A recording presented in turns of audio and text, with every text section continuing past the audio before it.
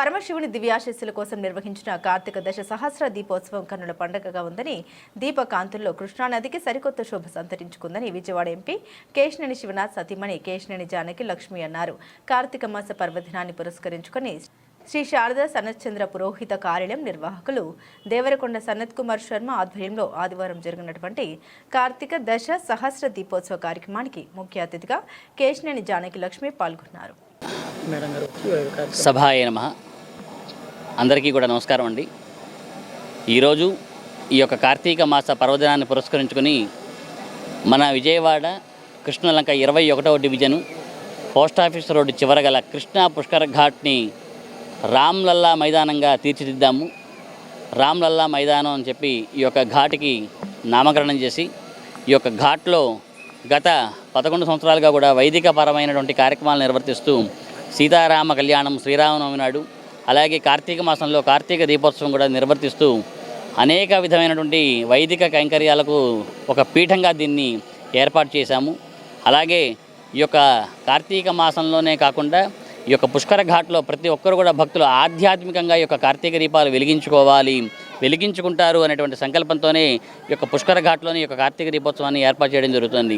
మన ఇంద్రకీలాద్రిలో ఉన్నటువంటి అమ్మవారికి ఆ శ్రీ కనకదుర్గ అమ్మవారికి ఎలా అయితే పంచాహారతులు నదీ తీరంలో ఇస్తారో అలాగే ఈ యొక్క కార్తీక మాసం పర్వదినాన ప్రతి ఒక్కరూ కూడా 50 మంది భక్తులు ఆలయాల్లో ఈ దీపాలు వెలిగిస్తూ ఆలయాలన్నింటినీ కూడా ఛిద్రమైపోతున్నటువంటి పరిస్థితుల్లో భక్తులు నడవడానికి కూడా దారి లేకుండా కనీస సౌకర్యం కూడా లేకుండా ఆ దీపాలు వెలిగించుకుంటున్నారు.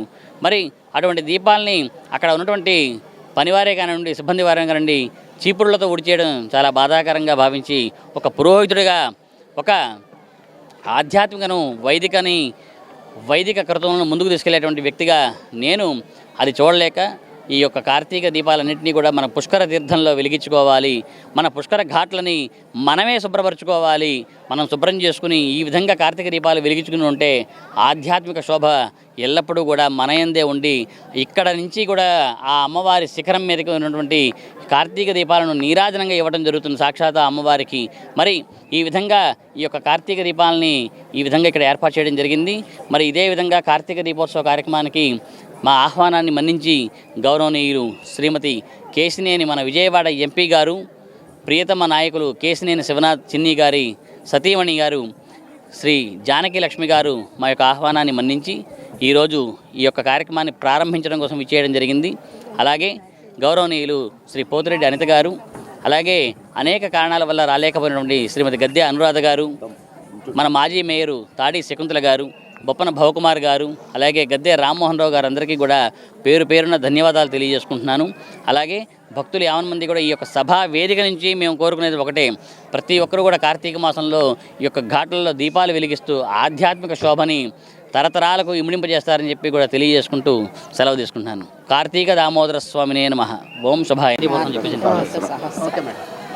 అందరికీ నమస్కారం అండి. కార్తీక దీపోత్సవానికి విచ్చేసి ఉన్నాను. ఇక్కడ రావటం నాకు చాలా ఆనందంగా ఉందండి.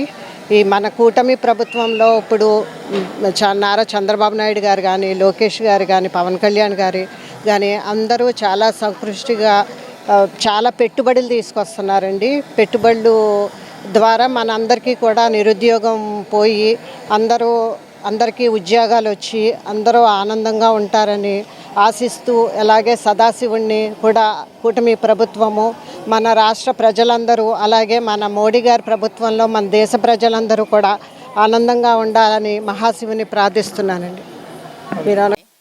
ఈ కార్తీక మాసం అనేది మన హిందువులకి చాలా పవిత్రమైన మాసం. ఇలాంటి కార్తీక మాసంలో మన శర్మ గారు 10 సంవత్సరాల నుంచి కూడా ఇక్కడే కార్యక్రమాలు చేస్తూ కూడా ఆయన ఎంతో శివుణ్ణి ఆరాధిస్తున్నారు. మనం అందరం కూడా ఆయన బాటలో నడుస్తూ ఇలాంటి మంచి కార్యక్రమానికి ఇంకా శక్తి సామర్థ్యాలు కూడా శర్మ గారికి ఇవ్వాలని చెప్పి మన కూటమి ప్రభుత్వంలో కూడా ఆరోగ్య ఐశ్వర్యాలతో అందరూ కూడా మంచిగా ఉండాలని చెప్పి